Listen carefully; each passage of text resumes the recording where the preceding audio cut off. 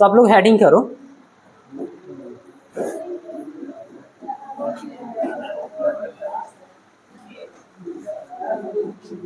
Dependence of drift velocity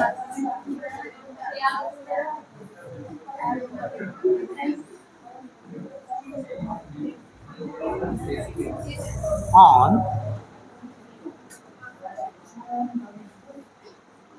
electric field.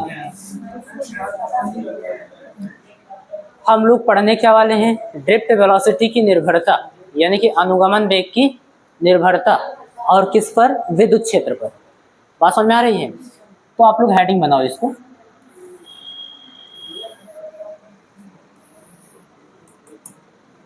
लिखेंगे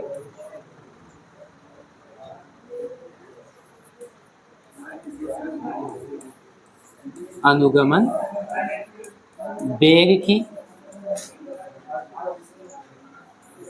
वैद्युत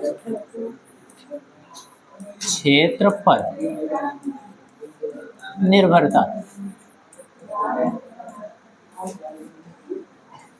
ये नहीं, बात नहीं करोगे, हेडिंग कर लिए, करो।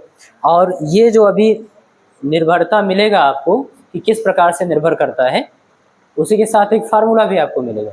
वो फार्मूला का यूज हम लोग करेंगे ओम के नियम को प्रूफ करने के लिए।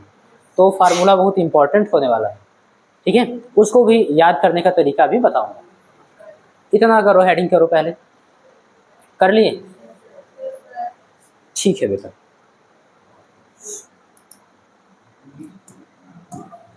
ध्यान दो, हम लोग सपोज करेंगे कि हमारे पास एक चालक है, क्या है, और बेलनाकार है। कैसा है बेटा? बेलनाकार। बातचीत नहीं करो,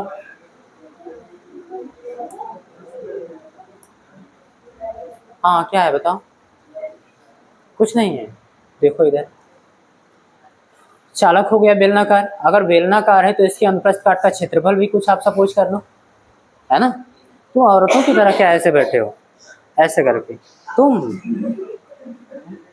नहीं, ऐसे करके बैठे हो। हाँ ठीक से बैठो, अब अच्छे लग रहे हो। चलो देखो, इस चालक की लंबाई आप सपोज कर लीजिए। तो हम लोग सपोज कर लेंगे कि इस चालक की जो लंबाई है बेटा वो यल है। कितनी है? एल हो गई, ठीक है। इसका क्षेत्रफल भी आप सपोज कर लो। मान लो कि इसका जो क्षेत्रफल है ये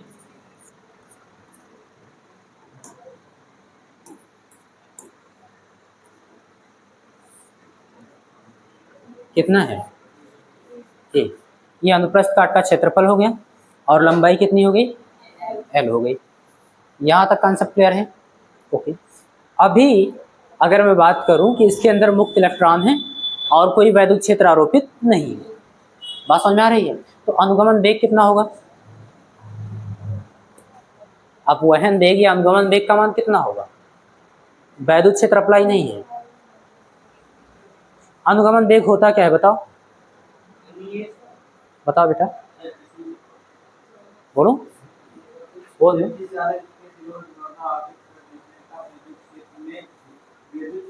बस यही तो सुनना था।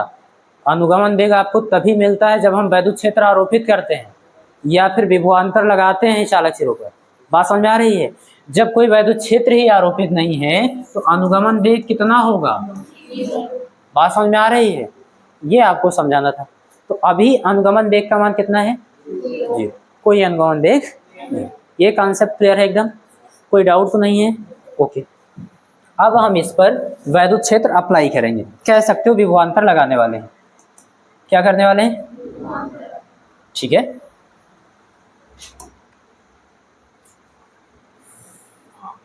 इस चालक के एक सिरे को हम लोग बैटरी के धन टर्मिनल से जोड़ देंगे और दूसरे वाले को, बिल्कुल सही, ऋण टर्मिनल से जोड़ देंगे, यानी कि नेगेटिव टर्मिनल, ऋण सिरा। ये बात समझ में आ रही? ये क्या है? प्लस और ये माइनस। यहाँ पर कैसा चार्ज होगा, निगेटिव, और यहाँ पर बेटा बात समझ में आ रही। वैद्युत क्षेत्र की डायरेक्शन उससे पूछो, वैद्युत क्षेत्र की डायरेक्शन प्लस से, यहाँ देखो हम लोग लिख देंगे इसकी जो डायरेक्शन है ये प्लस से माइनस, ये प्लस है और वो माइनस, ठीक है। ये हो गया आपका इलेक्ट्रिक फील्ड इंटेंसिटी की डायरेक्शन, क्लियर है। अच्छा, अब हम सभी जानते हैं यहाँ पर हाई पोटेंशियल होगा, क्या होगा बेटा, और यहाँ पर तो इनके बीच में विभवांतर उत्पन्न होगा, नहीं होगा। जैसे मैं कहूँ हाई पोटेंशियल की वैल्यू 20 वोल्ट है और लो पोटेंशियल की वैल्यू 15 वोल्ट है, तो इनके बीच विभवांतर कितना होगा, 5 वोल्ट। घटाओगे ना 20 माइनस 15, तो 5 वोल्ट का जो विभवांतर है इस चालक सिरों के बीच ही तो होगा। तो ये तो मैंने एग्जाम्पल लिया है 5 वोल्ट, कुछ भी हो सकता है, तो उस विभवांतर को हम बी मान लें, मान लेना। अभी उसका काम लगेगा आगे, तो इसलिए सपोज कर रहे हैं। चलो यहीं पर उसको भी बना दे रहे हैं।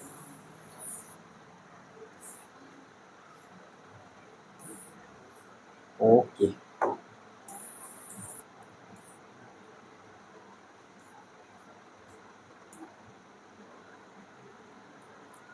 ठीक है बेटा। तो चालक सिरों पर जो विभवांतर आरोपित हुआ है उसकी वैल्यू हम लोग बी मान ले रहे हैं। कितना मान ले रहे हैं, बी मान ले। कोई डाउट यहाँ तक? अभी तक आपने सपोज किया क्या, एक चालक तार है बेलनाकार जिसकी लंबाई L है, जिसका अनुप्रस्थ काट का क्षेत्रफल A। बात समझ में आ रही? ये तो अंडरस्टूड है, इसको लिखने की जरूरत नहीं। अच्छा, जब इस पर वैद्युत क्षेत्र अप्लाई नहीं था तो इसके तब भी इसके बीच मुक्त इलेक्ट्रॉन थे और वो यादृच्छिक गति कर रहे थे, यानी उसका वेग तो था। बात समझ में आ रही है? जो उसमें चाल था उसका वो 10⁵ मीटर प्रति सेकंड था, लेकिन ये किसी विशेष दिशा में नहीं था, अनियमित गति कर रहे थे, ठीक है ना। हम बात कर रहे हैं विशेष दिशा वाले वेग की, अनुगमन वेग की। तो कब मिलता है, बैटरी लगाने के बाद, यानी वैद्युत क्षेत्र आरोपित करने के बाद या विभवांतर लगाने के बाद। तो जब नहीं लगाए थे तो 0 था, अब लगा दिए हो ना, तो अब कुछ ना कुछ जरूर होगा। अच्छा, देखते हैं कितना होगा। इसके बीच में इलेक्ट्रॉन होंगे इस तरीके से। बात समझ में आ रही? क्लियर है ना। और मुक्त इलेक्ट्रॉनों को जो अनुगमन वेग मिलता है उसकी डायरेक्शन क्या होती है, वैद्युत क्षेत्र के विपरीत दिशा में, वैद्युत क्षेत्र के विपरीत दिशा में। ऐसा इसलिए होता है क्योंकि यहाँ पॉजिटिव होता है और प्लस वाला माइनस वाले पर एक बल लगाता है अपनी ओर, आकर्षण का। बात समझ में आ रही है? और माइनस वाला माइनस वाले को प्रतिकर्षित करता है, क्योंकि मुक्त इलेक्ट्रॉन पर माइनस चार्ज होता है। बात समझ में आ रही है? तो इन सब की डायरेक्शन उधर की ओर होती है, एक बल लगता है और उसको आप बोल सकते हो वैद्युत बल। क्या है बेटा? थोड़ा सा मैं इसको छोटा करूंगा दिखाने के लिए बढ़िया से। ये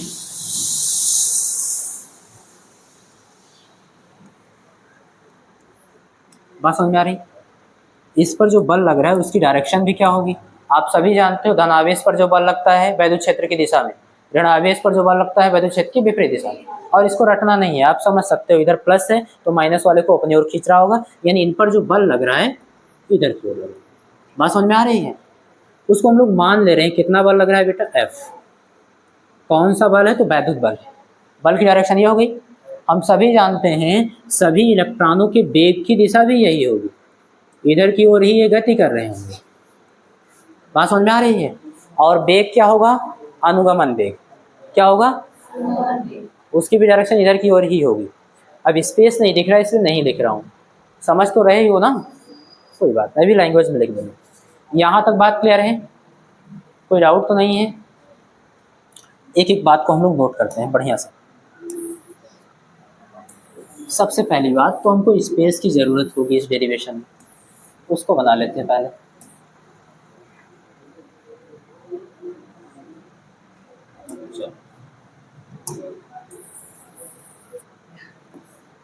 दिख रहा है फिगर आपको?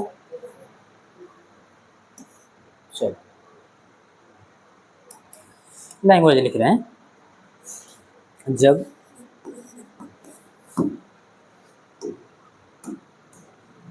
हाँ,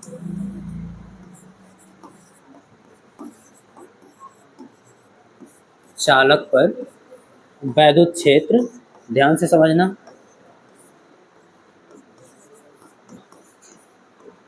आरोपित नहीं है। क्या है बेटा?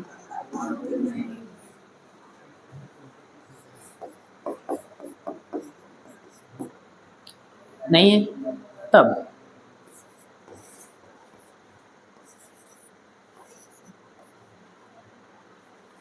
तब मुक्त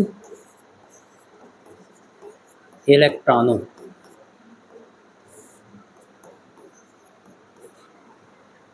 अनुगमन वेग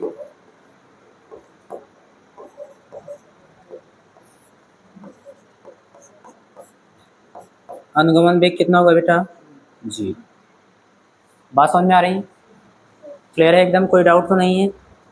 ठीक है। तथा जब क्षेत्र, अब शॉर्ट में लैंग्वेज लिख रहा हूँ, जब क्षेत्र आरोपित किया जाता है, क्या किया जाता है?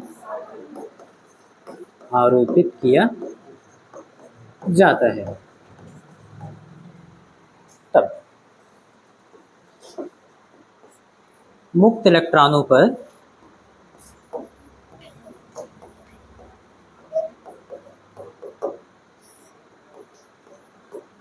ध्यान देना, जब क्षेत्र आरोपित किया जाता है तब मुक्त इलेक्ट्रॉनों पर एक वैद्युत बल कार्य करता है। बात समझ में आ रही है? लिखेंगे मुक्त इलेक्ट्रॉनों पर एक वैद्युत बल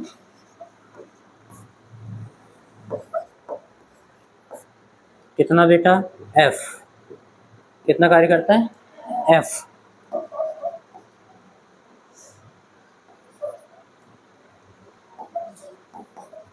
कार्य करता है। पूरा लैंग्वेज लिखवा दे रहा हूँ ताकि आपको बाद में कोई प्रॉब्लम ना हो। करता है जिससे मुक्त इलेक्ट्रॉन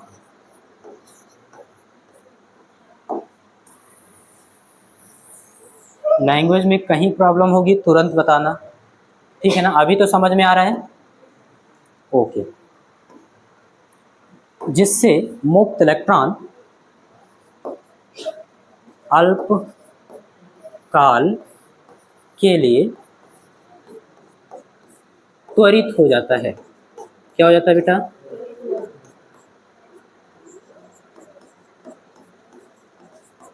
बात बहुत ध्यान से समझना, त्वरित हो जाता है। इस बात को समझने के लिए थोड़ा सा हम लोग टाइम ले रहे हैं ताकि आप अच्छे से समझ जाए। आप जब भी लिखते हो किसके बारे में? अनुगमन वेग के बारे में बहुत बढ़िया डेफिनेशन देते हो कि यदि हम किसी चालक पर वैद्युत क्षेत्र आरोपित करें तो वह वैद्युत क्षेत्र चालक में विद्यमान मुक्त इलेक्ट्रॉनों को वैद्युत क्षेत्र के विपरीत दिशा में लो पोटेंशियल से हाई पोटेंशियल की ओर एक सूक्ष्म नियत, क्या बोलते हो बेटा? सूक्ष्म नियत वेग अप्रॉक्सीमेट 10⁻⁴ मीटर पर सेकेंड प्रदान करता है, जिसे आप लोग अनुगमन वेग या फिर अपवहन वेग कहते हो। इंग्लिश में बोलते हो ड्रिफ्ट वेलोसिटी, इसीलिए BD से लिखते हो। बात समझ में आ रही? यहाँ पे एक शब्द आया है नियत। क्या आया? नियत। अब अगर नियत है तो त्वरण कहाँ से आ गया? बात समझ में आ रही? हम सभी जानते हैं बेटा वेग परिवर्तन की दर को त्वरण बोलते हैं। किसको बोलते हैं? वेग परिवर्तन की दर को त्वरण बोलते हैं। तो अगर वेग नियत है, क्या है? वेग नियत है तो वेग में परिवर्तन नहीं होगा। नियत का मतलब जिसमें परिवर्तन ना हो, अपरिवर्तित। बहुत बढ़िया कॉन्सेप्ट है, हालांकि भ्रामक है, अभी साफ हो जाएगा क्यों है ना। तो अगर नियत वेग है तो त्वरण कहाँ से आ गया?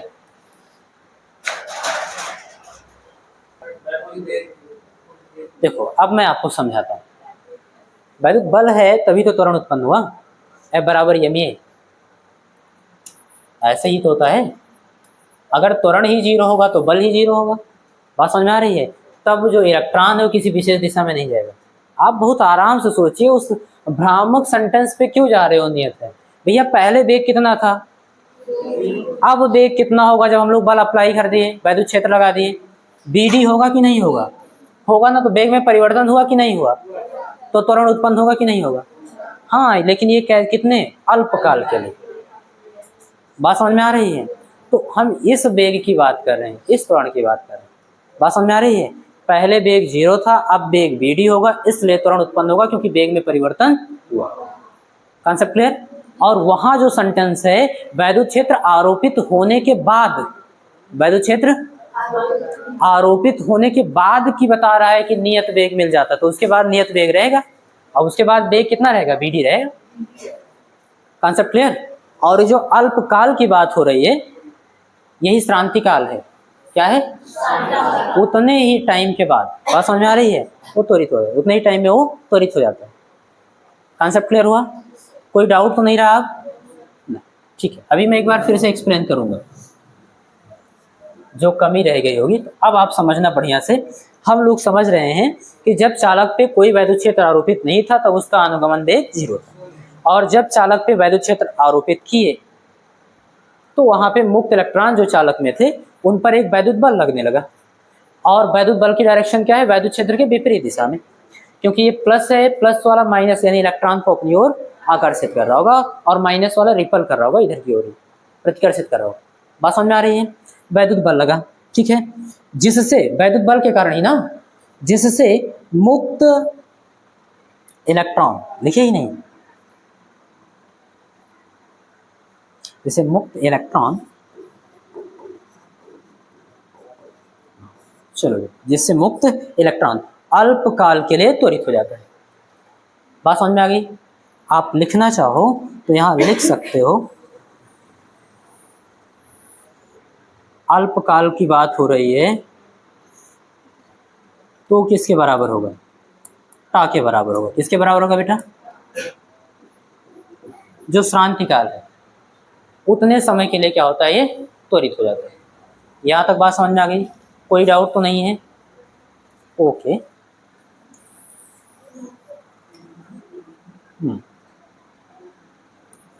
तथा मुक्त इलेक्ट्रॉन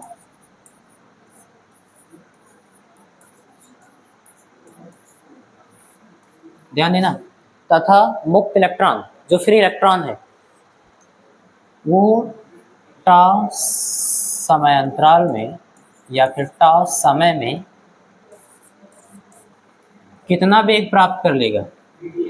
VD वेग प्राप्त कर लेता है।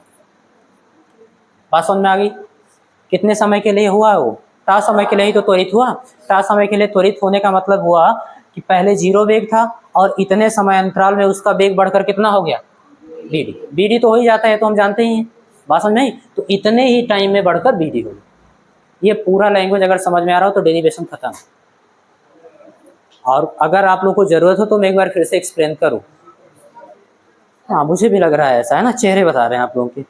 चलो फिर से शुरू से एक बार हम लोग देख ले रहे हैं आराम से, कोई दिक्कत वाली बात नहीं, बस आपको समझ में आनी चाहिए। सबसे पहले हम लोगों ने एक चालक लिया है। चालक कैसा है? बेलनाकार। बात समझ में आ रही? तो उसका अनुप्रस्थ काट कैसा होगा? वृत्ताकार। उसका क्षेत्रफल हम लोगों ने कितना मान लिया? कॉन्सेप्ट क्लियर है? इसकी लंबाई हम लोगों ने कितनी मान ली? ठीक है। अब ये चालक है तो इसमें मुक्त इलेक्ट्रॉन होंगे, है ना। कमरे के टेम्परेचर पे हम लोग जानते हैं 10⁻29 इलेक्ट्रॉन पर मीटर क्यूब, यानी एकांक आयतन में 10⁻29 इलेक्ट्रॉन फ्री होते हैं, तो पहले से रहेंगे और वो यादृच्छिक गति करेंगे, ऐसे ऐसे गति करते रहेंगे, ठीक है। उन्हें बैटरी लगाओ या ना लगाओ कोई मतलब नहीं, विभवांतर स्थापित करो या ना करो कोई मतलब नहीं, वो ऐसे गति करते रहेंगे, अनियमित गति, लेकिन किसी विशेष दिशा में गति नहीं करेंगे। कॉन्सेप्ट क्लियर है? ओके। तो अगर हम चालक पर वैद्युत क्षेत्र आरोपित नहीं करते हैं तो मुक्त इलेक्ट्रॉनों का अनुगमन वेग कितना होगा? क्योंकि अनुगमन वेग हम उसको बोलते हैं जो किसी विशेष दिशा में कार्यरत होता है। बात समझ में आ रही है? और किस डायरेक्शन में? तो लो पोटेंशियल से हाई पोटेंशियल की ओर, या फिर वैद्युत क्षेत्र की विपरीत दिशा में सूक्ष्म नियत वेग होता है, उसको अनुगमन वेग बोलते हैं। तो जब वैद्युत क्षेत्र आरोपित ही नहीं की हो तो वेग कितना होगा? ये बात समझ में आ रही है? ये प्रारंभिक वेग हो गया इसका। Concept clear? अब हम वैद्युत क्षेत्र अप्लाई करेंगे, कैसे? बैटरी जोड़ देंगे और जोड़ने के बाद धन आवेश से ऋण आवेश की ओर वैद्युत क्षेत्र की डायरेक्शन हो जाएगी। बात समझ में आ रही है।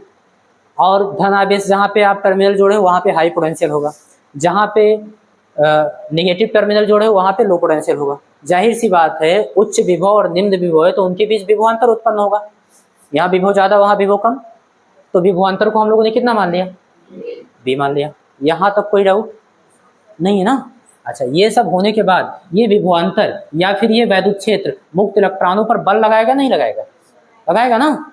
उसका काम ही वही है। वैद्युत क्षेत्र में अगर कोई आवेश रखा है तो उस पर बल लगता है, और अगर धन आवेश है तो क्षेत्र की दिशा में, ऋण आवेश है तो क्षेत्र की। ऐसा हम इसलिए कह रहे हैं क्योंकि अगर ये पॉजिटिव चार्ज है और ये ऋण आवेश है तो उसको अपनी ओर खींचेगा, तो अपनी ओर खींचेगा यानी बल इधर की ओर लग रहा है। और वैद्युत क्षेत्र की डायरेक्शन देखो कैसा आवेश है, ऋण आवेश ना, मुक्त इलेक्ट्रॉन पर ऋण आवेश होता है तो विपरीत दिशा में बल लगेगा। और इसी बल के कारण ये थोड़ी देर के लिए त्वरित हो जाएगा। कितने समय के लिए, टा, यानी श्रांति काल के टाइम तक में वो त्वरित हो जाएगा। और त्वरित होने का मतलब वेग बढ़ जाएगा। बात समझ आ रही है। तो 0 से बढ़कर कितना हो गया उतने समय, बीडी हो गया। बीडी वेग प्राप्त कर लेता है, और बीडी वेग प्राप्त करने के बाद में अब नियत हो जाएगा। पूरी कहानी समझ में आई। अब ये नियत वेग होगा। बात समझ में आ रही है, ये चीज। तो अब आप देखो बेटा, हम लोग लिखेंगे ना फर्स्ट इक्वेशन, ऐसे लिखेंगे, नहीं ऐसे तो बिल्कुल भी नहीं, from first equation of motion, गति के प्रथम समीकरण से। किस किस को याद है? अरे रहने दो यार, तुम बता, ये सही बता रही। v is equal to u plus, बात समझ में आ रही है, यानी अंतिम वेग बराबर प्रारंभिक वेग प्लस त्वरण, और कितने समय में प्रारंभिक वेग से अंतिम वेग हुआ वो समय। बात समझ में आ रही। तो यहाँ तो हमको सब कुछ पता है, लैंग्वेज में ही मैंने लिख दिया है। आप बोल सकते हो हियर, यहाँ b की बात करें अगर हम, अंतिम वेग, तो अंतिम वेग कितना था, नहीं प्रारंभिक वेग 0 था, अंतिम वेग कितना हो गया, bd। बताओ ये बात समझ में आ रही, किसी बच्चे को कोई दिक्कत तो नहीं है? ये हो गया। अगर मैं आपसे कहूं u, प्रारंभिक वेग 0, गुड, और क्या है a, उसको तो निकाल लेते हैं, पहले टा की बात करते हैं। समय अंतराल t है ना, तो कितने समय में 0 से bd हुआ, तो समय अंतराल की जगह हम लोग टा ले लेंगे। यहाँ तक बात क्लियर है? छापो नहीं, अभी नहीं उड़िएगा, ठीक है। बेवकूफ़ बनाओ, मैं भी बनाऊंगा, है ना। यहाँ तक बात समझ में आ गई। ए ही तो परेशान कर रहा है, ए को हम लोग यहाँ से निकाल ले रहे हैं वैद्युत बल से। बात समझ में आ रही है? हाँ, तो लिखेंगे, हाँ चूंकि हम सभी जानते हैं बेटा, अगर कोई आवेश है और वैद्युत क्षेत्र में स्थित है और वैद्युत क्षेत्र उस पर कुछ बल लगा रहा है, तो उस बिंदु पर वैद्युत क्षेत्र कितना होता है? इस बिंदु पर जो वैद्युत क्षेत्र होगा बेटा, वो उस आवेश पर आरोपित बल तथा आवेश के अनुपात को ही हम लोग उस बिंदु पर वैद्युत क्षेत्र बोलते हैं। यही तो वैद्युत क्षेत्र की तीव्रता की परिभाषा देते हो। क्या बोलते हो? वैद्युत क्षेत्र में स्थित किसी परीक्षण आवेश पर लगने वाला बल तथा परीक्षण आवेश के अनुपात को उस बिंदु पर वैद्युत क्षेत्र की तीव्रता। कॉन्सेप्ट क्लियर है एकदम? ठीक है। तो यहाँ से अगर हम F के लिए सॉल्व करें इक्वेशन, तो F इज इक्वल टू कितना होगा, Q इधर भाग में इधर जाएगा तो Q इंटू ई, यही तो होगा। तो हम लोग लिख देंगे, चूंकि हम जानते हैं F is equal to Q into E, ये होता है। बात समझ में आ रही कहाँ से? तो बोल देंगे वैद्युत क्षेत्र की तीव्रता की परिभाषा से। और अगर ऐसा होता है तो ये जो बल लग रहा है इस पर, इसलिए F is equal to Q क्या है बेटा, उस कण पर आवेश का मान। तो कण क्या है? इलेक्ट्रॉन। इलेक्ट्रॉन पर आवेश किसके बराबर होता है? ई के बराबर। किसके बराबर होता है? 1.6 × 10⁻⁻19 कूलम ना, इसी के बराबर होता है। तो ये लिखेंगे, और हम ये भी बताएंगे कि इसकी प्रकृति क्या है, नेगेटिव। बात समझ में आ रही? और वैद्युत क्षेत्र कितना आरोपित हुआ है? ई। इस पर वेक्टर लगा दो। तो बताओ भैया, एफ की वैल्यू आपको मिल गई कि नहीं? कोई डाउट तो नहीं है?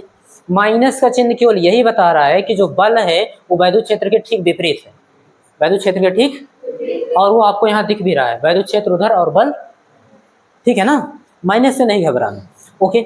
लेकिन यहाँ त्वरण कहीं दिख नहीं रहा है, हमको तो त्वरण चाहिए, तो हम लोग न्यूटन का सेकंड नियम लगा देंगे। बट हम सभी जानते हैं F is equal to M into A, यही तो होता है, बोलो होता है ना। तो जहाँ पे F है वहाँ पे हम m इंटू ए लिख सकते हैं, लिख देंगे। F की जगह पे लिखेंगे बेटा, बिल्कुल सही, लिखेंगे m into A is equal to minus C into E. यहाँ परिमाण लिख रहे हैं, वेक्टर नहीं लगा रहा है। वेक्टर लगाना होगा तो ई पर भी लगाना, ए पर भी लगाना। बात समझ आ रही? ए भी सदिश राशि है, त्वरण है ना, ओके। हमको चाहिए क्या? ए चाहिए, इसी को रोक लो, माइनस ई, क्या बोलोगे? ई बटे एम। अरे यम गुणे में था, उधर गया भाग में, त्वरण भी मिल गया। अब बताओ आपके पास क्या नहीं है? भगवान का दिया हुआ सब कुछ है। हमारे पास बी भी है, यू भी है, पी भी है और ए भी है। और जब सब कुछ है तो हम इंतजार किसका करें? पंडित जी का नहीं करेंगे, तुरंत स्टार्ट कर दो। देखिए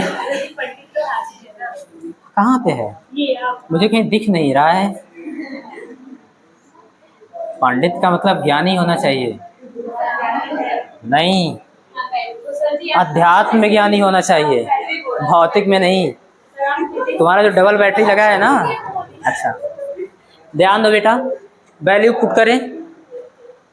दिव्यांश वैल्यू रख रहे हैं, सावधानी बरतना। बी की वैल्यू क्या लिखेंगे? ओके, यू की जगह, ए की जगह माइनस ई अपान एम,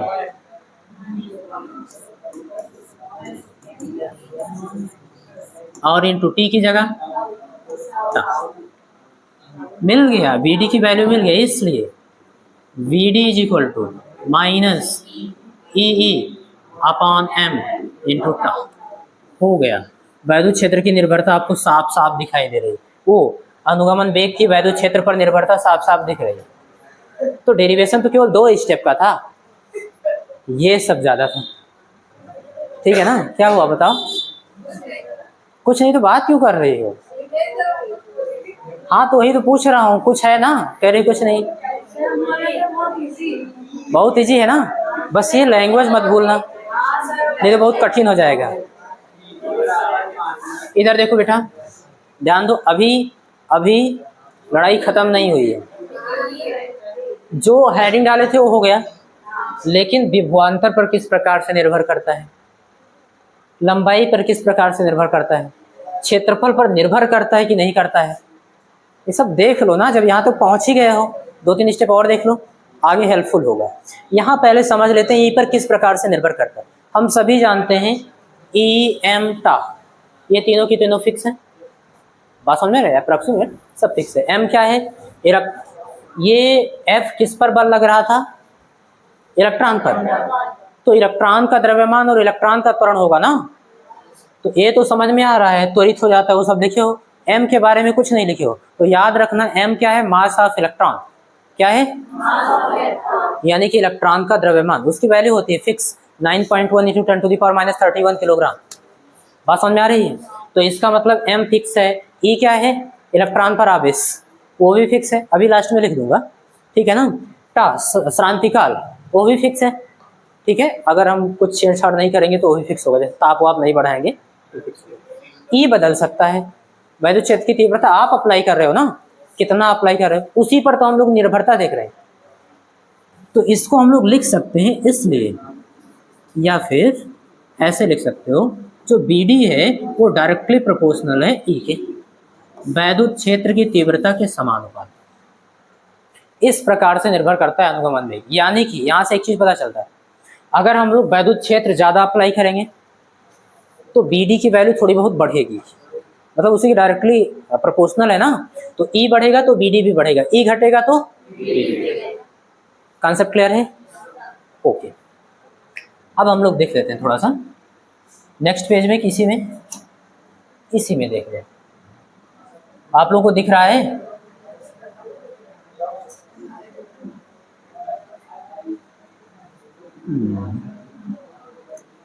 ध्यान देना, हम लोग लिख सकते हैं v D is equal to, इसको इस प्रकार से लिखना, ई नहीं, ई हटाओ, टा ले लो, अपॉन एम इंटू ई, इस तरीके से बताओ लिख सकते हैं। कोई डाउट तो नहीं है? माइनस चिन्ह से कोई मतलब नहीं, हम लोग परिमाण लिख रहे हैं कि उसकी वैल्यू कितना है। कॉन्सेप्ट क्लियर है? तो ई लिख दिए और टा का गुणा करा दिए, क्योंकि अंश का गुणा अंश में और हर का गुणा हर में करा सकते हैं, भिन्न है ना, तो टा का गुणा ई में करा दिए। हम वैद्युत क्षेत्र की तीव्रता को अलग कर लिए हैं, ई को इधर लिख लें, हालांकि इसका भी गुणा कराओगे तो अंश का गुणा अंश में हो जाएगा, हर का गुणा हर में हो जाएगा, उतना ही रहेगा। इसको अलग करने का एक प्रयोजन ये है, क्योंकि हम लोग जानते हैं क्या, E is equal to b by l. कुछ याद है कि नहीं? ये याद है ना, डी डिस्टेंस ही तो होती थी, यानी दोनों प्लेटों के बीच की, जहां पर आप विभवांतर अप्लाई करते थे, तो यहाँ पर दोनों सिरों के बीच विभवांतर अप्लाई किया हो ना, तो इनके बीच की डिस्टेंस कितनी है? कॉन्सेप्ट क्लियर है? ये चीज, तो डी की जगह हम लोग क्या लिख दिए? एल लिख दिए। और ये कहाँ से मिला फार्मूला? तो आप सभी जानते हो वैद्युत क्षेत्र की तीव्रता तथा विभव प्रवणता में संबंध। ये विभव प्रवणता है, दूरी के साथ विभव में परिवर्तन। भैया देखो, जैसे जैसे आप इधर बढ़ते जाओगे विभव का मान घटता जाएगा, क्योंकि इधर हाई पोटेंशियल है और इधर लो पोटेंशियल है, और यही तो आप जानते हो वैद्युत क्षेत्र की दिशा में बढ़ने से विभव का मान। कॉन्सेप्ट क्लियर है? तो दूरी परिवर्तन के साथ विभव परिवर्तन की दर को हम लोग क्या बोलते हैं? विभव प्रवणता बोलते हैं, और वो वैद्युत क्षेत्र की तीव्रता के बराबर होता है। तो वहां से हम लोग क्या करेंगे? ई की जगह लिख देंगे बी बाई एल, लिख दो। इसलिए we D is equal to eta upon, बात समझ में आ रही है? याद करने का तरीका समझ में आ रहा है? ईटा, ईटा बटे एम है ना, इसे याद करेगा। तो ई टा अपॉन एम इंटू ई की जगह पे बी बाई एल।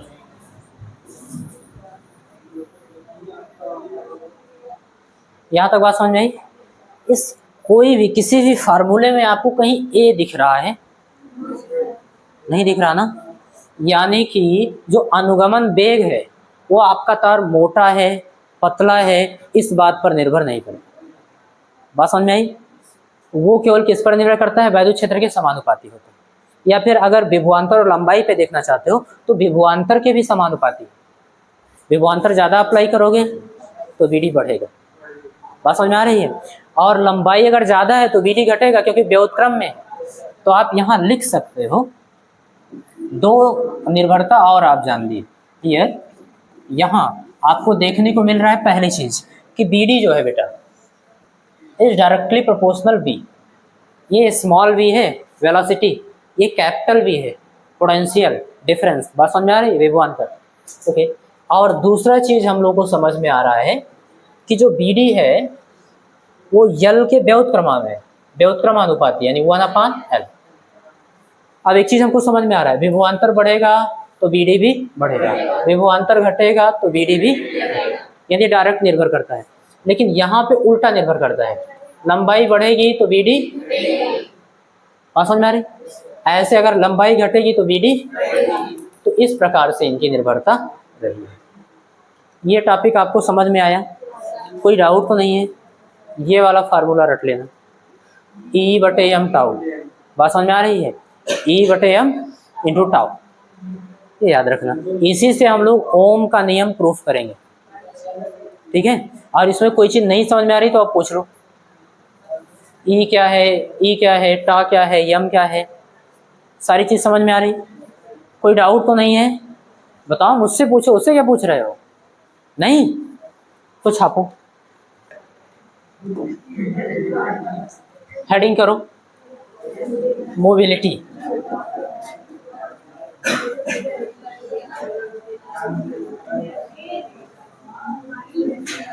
इसको बोलते हैं बेटा गतिशीलता।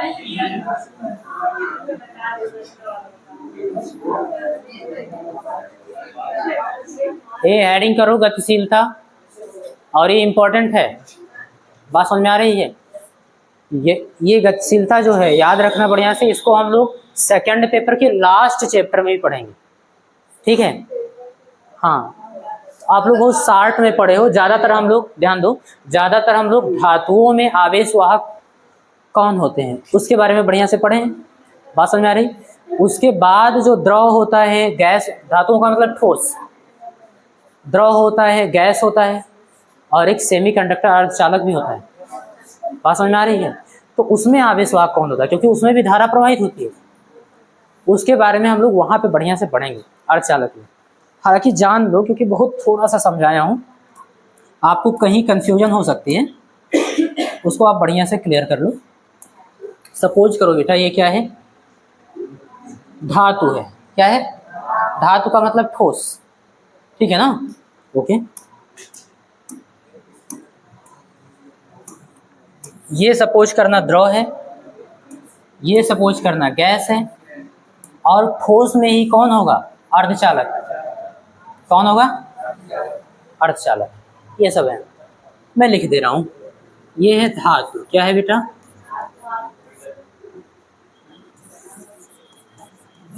धातु का मतलब ठोस। ये क्या है? मान लो द्रव है, तो जैसे विद्युत अपघट्य हो गया। बात समझ में आ रही है? ये चीज़। और ये गैस, अलग अलग पढ़ लो। हम लोग शार्ट में पढ़े थे ना द्रव और गैस, थोड़ा सा इसमें भी डिफरेंस है आवेश वाहकों में। और अगर बात करें अर्धचालक की, किसकी? सेमीकंडक्टर, जैसे जर्मेनियम हो गया, सिलिकॉन हो गया। बात समझ में आ रही है? उन सब में आवेश वाहक कौन होता है? क्योंकि अगर मुक्त इलेक्ट्रॉन ही होता, बात समझ में आ रही है, तो तेजी से गति, उसकी भी गतिशीलता ज़्यादा होनी चाहिए। ये गतिशीलता से रिलेटेड है, इसलिए बता रहा हूँ, ठीक है ना? चलो ध्यान देंगे। सबसे पहली बात, इसका जो आवेश वाहक है,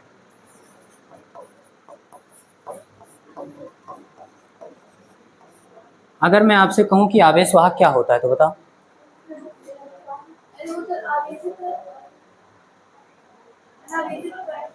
आप बताओ बेटा।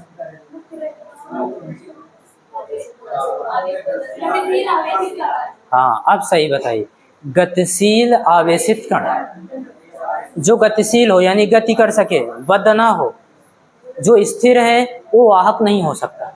बात समझ में आ रही है? तो सबसे पहली शर्त क्या है? गतिशील हो और आवेशित कण हो, यानी उस पर चार्ज हो, कोई ऐसा पार्टिकल जिस पर चार्ज हो। तो जो धातु होते हैं, इसमें मुक्त इलेक्ट्रॉन होता है। कौन होता है बेटा? मुक्त इलेक्ट्रॉन। लिख लेंगे।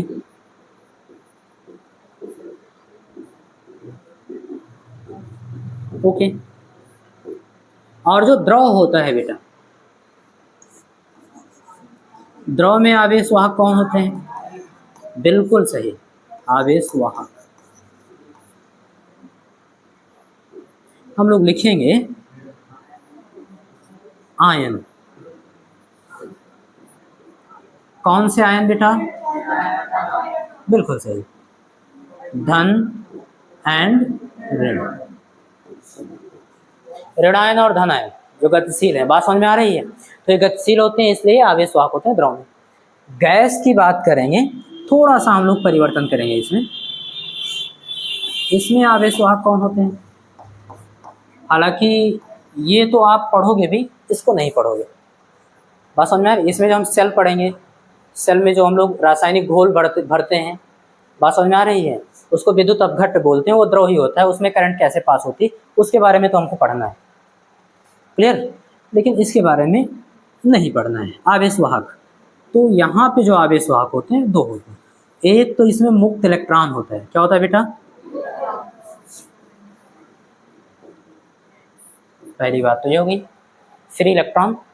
और दूसरी चीज धन आयन। मुक्त इलेक्ट्रॉन, इलेक्ट्रॉन जाएगा तो जो परमाणु बचेगा उस पर कौन सा चार्ज होगा? धन। तो उसको पॉजिटिव परमाणु नहीं बोलते, उसको धन आयन बोलते हैं। क्या बोलते हैं? तो मुक्त इलेक्ट्रॉन एंड दोनों होते हैं, या नहीं लगाएंगे, है ना? एंड धन आयन, ये हो गया। अर्धचालक की बात करें, हालांकि ये तो इसका तो पूरा चैप्टर का नाम ही है अर्धचालक, उसमें हम लोग बहुत विस्तार से पढ़ेंगे। अभी के लिए केवल ऐसे जान लो कि इसके जो आवेश वाहक होते हैं वो कौन है।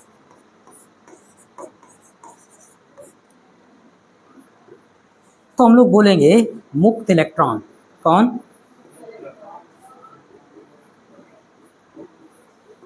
एंड कोटर।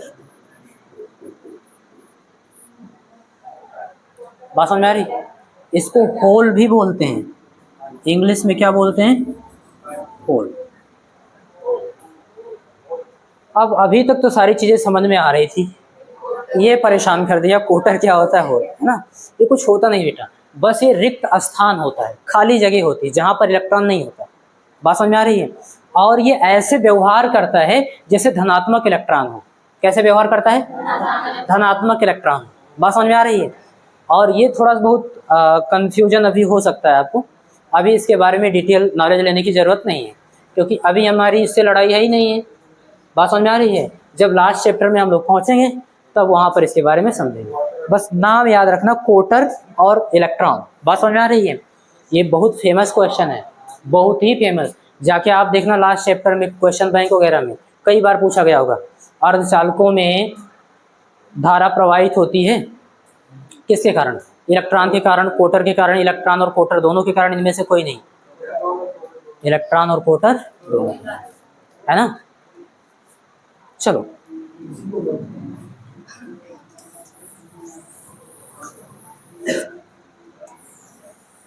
बात समझ में आ गई? अब तो कोई दिक्कत नहीं होगी ना? आप समझ गए सब अलग अलग? अभी तक केवल धातु के बारे में बढ़िया से जान रहे। इसको आप ऐसे यहाँ पर कर दो और ऐसे आप लोग बना के लिख लेना, ठीक है? काम लगेगा। ज़्यादा ध्यान हम उसको उस पर नहीं देना है, इस पे देना, गतिशीलता, मोबिलिटी क्या होती है। पहले परिभाषा लिखो फिर मैं समझाता हूँ। परिभाषा लिखो बेटा, बोले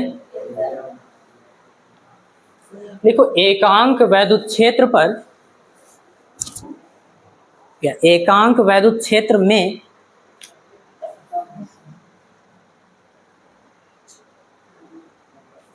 एकांक वैद्युत क्षेत्र में आवेश वाहक द्वारा या आवेश वाहकों के द्वारा, ऐसा लिखो, आवेश वाहकों के द्वारा प्राप्त अनुगमन वेग, प्राप्त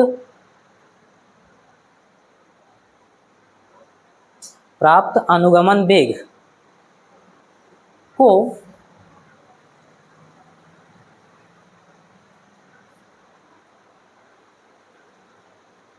आवेश वाहकों की गतिशीलता कहते हैं। आवेश वाहकों की गतिशीलता कहते हैं।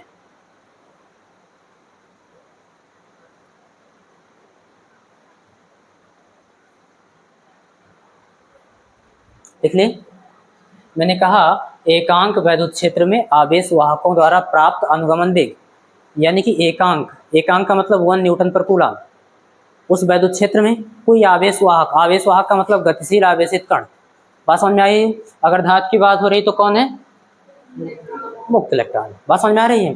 तो उस मुक्त इलेक्ट्रॉन द्वारा कितना अनुगमन वेग प्राप्त किया गया, वही क्या हो जाएगी? गतिशीलता हो जाएगी। वही क्या हो जाएगी? गतिशील। बात समझ में आ रही है? ये चीज, यानी कि जिसका अनुगमन वेग ज्यादा उसकी गतिशीलता। कॉन्सेप्ट क्लियर होगा? अच्छा, इसको हम लोग समझ कैसे सकते हैं, ध्यान देना। इधर देखो, इसी में लिख लो आगे, इसे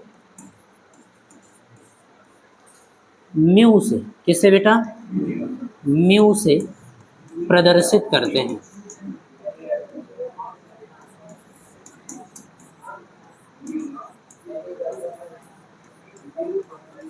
देखो बेटा, इसको म्यू पढ़ते हैं, इतना ज़्यादा चर्चा करने की जरूरत नहीं।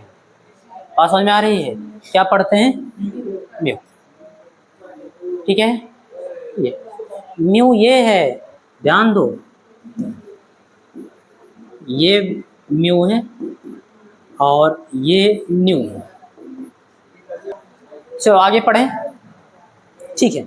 ये हम लोग ऑप्टिक्स में पढ़ेंगे, आवृत्ति के लिए, ऑप्टिक्स यानी प्रकाशिकी में। आप लोग 10th में भी पढ़े होंगे, है ना? चलो बातचीत नहीं करो, इसे किससे लिखते हैं? म्यू से प्रदर्शित करते हैं। ओके, अब आगे देखिएगा। मान लो वैद्युत क्षेत्र ई है, कितना है बेटा? बातचीत नहीं करो, वैद्युत क्षेत्र कितना है? तो ई वैद्युत क्षेत्र में कितना अनुगमन वेग है? मान लो बीडी अनुगमन वेग प्राप्त किया, तो परिभाषा क्या कहता है? एकांक वैद्युत क्षेत्र में। क्या कहता है? एकांक वैद्युत क्षेत्र में। तो एक से तो हम लोग गुणा ही करा सकते हैं, तो एकांक यहां लिख लेना क्षेत्र, एकांक क्षेत्र में बीडी ई गुणे में इधर आएगा, तो एकांक क्षेत्र में कितना अनुगमन वेग प्राप्त हुआ? बीडी बाई, और इसी को हम लोग क्या बोलते हैं? बात समझ में आ गई? कोई डाउट तो नहीं है? तो हम लोग लिख सकते हैं, यदि लैंग्वेज में लिखेंगे, यदि ई क्षेत्र में आवेशवाहक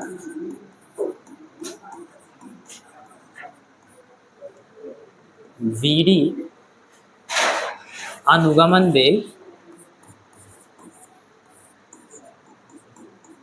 प्राप्त करता है, तब आवेशवाहक की गतिशीलता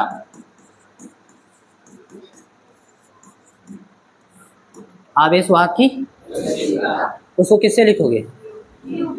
और म्यू इज इक्वल टू होगा क्या? हम सभी जानते हैं ई वैद्युत क्षेत्र में, यहाँ क्या मिला है आपको? ई क्षेत्र में कितना अनुगमन वेग? बीडी मिला है, यही तो मिला है ई क्षेत्र में बीडी। परिभाषा क्या कहती है? एकांक क्षेत्र में। तो हमको एकांक निकालने के लिए एक से गुणा करा दिए और रोक लेंगे, एक क्षेत्र में कितना प्राप्त करेगा? तो बीडी ई गुणे में इधर आएगा भाग में, और परिभाषा के अकॉर्डिंग यही म्यू है। ठीक है, तो म्यू इज इक्वल टू क्या लिखेंगे बेटा? B d upon. ये बात समझ में आ रही? कोई डाउट तो नहीं है? ये हो गया, ठीक है। और अगर मैं आपसे कहूँ इसका मात्रक क्या होगा, तो कई सारे मात्रक आप निकाल सकते हो। हालांकि एक देख लीजिए, जैसे बीडी क्या है? बेग ही तो है। लिखना बंद करो बेटा। बेग का मात्रक मीटर प्रति, और 4 डिवाइडेड बाई ई क्या है? वैद्युत क्षेत्र की तीव्रता। हम लोग जानते हैं e is equal to b by d, volt प्रति मीटर, वोल्ट प्रति, तो यहाँ पर लिख देंगे वोल्ट प्रति। यहाँ पे जाके गुणा होगा इसका गुणा यहाँ पे, तो मीटर का स्क्वायर, मीटर स्क्वायर प्रति वोल्ट सेकेंड। क्या बेटा? मीटर स्क्वायर प्रति वोल्ट सेकेंड। दूसरी चीज, बीडी का मीटर प्रति second, whole divided by e का, e is equal to f by q, newton प्रति, इसका गुणा ऊपर और इसका। हम बोल सकते हैं कि मीटर कूलाम प्रति, या फिर इसको लिख दो कूलाम मीटर। बात समझ में आ रही है? ओके, कूलाम मीटर और किसी का मात्रक होता है, पढ़े हो आप? बताओ। एक आवेश गुणे उनके बीच की दूरी, द्विध्रुव आघूर्ण है ना, कोई बात नहीं। कूलाम मीटर प्रति न्यूटन सेकंड, न्यूटन, जो भी मन करे लिख लो, मैं ये वाला लिख दे रहा हूं, बाकी आपको निकालना आना चाहिए बस। मीटर स्क्वायर क्या होगा बेटा? मीटर स्क्वायर प्रति वोल्ट सेकंड, ये हो गया इसका मात्रक। अच्छा, एक चीज ध्यान दो, हम लोग अभी पढ़े हैं b d is directly proportional e, b d is directly proportional, okay, b d is directly proportional ई।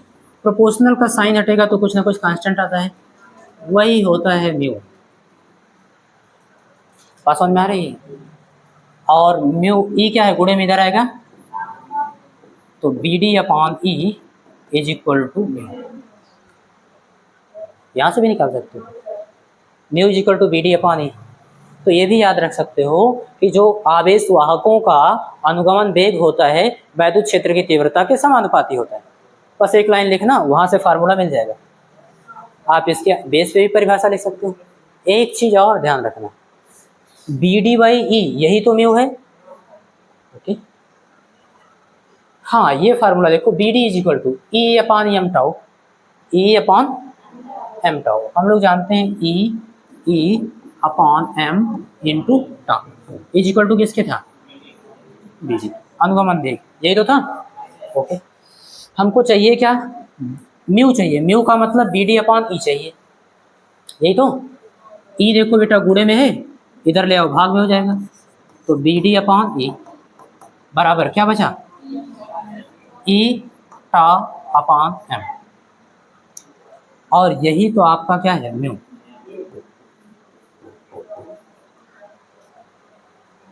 दूसरा फार्मूला मिला तो हम लोग यहाँ लिख सकते हैं, बट हम लोग जानते हैं v D is equal to e upon m into tau, ठीक है। तो ई गुणे में है, इधर लाएंगे तो भाग में, तो v d by e is equal to कितना हो जाएगा बेटा, अच्छा ई टा अपॉन एम, ठीक है। तो इसलिए mu is equal to B D upon E is equal to, B D upon E की जगह पे कितना लिख सकते हैं, ई टा अपॉन ये चीज। कोई दिक्कत नहीं ना, ठीक है। अब एक चीज आपको याद रखनी है, इसके मात्रक जान लें आप, गतिशीलता के बारे में जान लें कि एकांक क्षेत्रफल में, वो एकांक वैद्युत क्षेत्र में आवेश वाहक जितना अनुगमन वेग प्राप्त करेगा वही उसकी गतिशीलता होगी, म्यू से लिखेंगे, है ना। फिर तुम चेहरा छिपा रहे हो, चलो ध्यान देना। यहाँ पे एक चीज आपको लिखना है,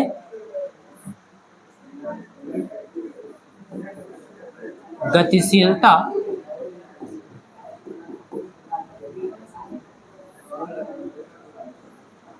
सदैव धनात्मक होती है। बात समझ में आ रही है।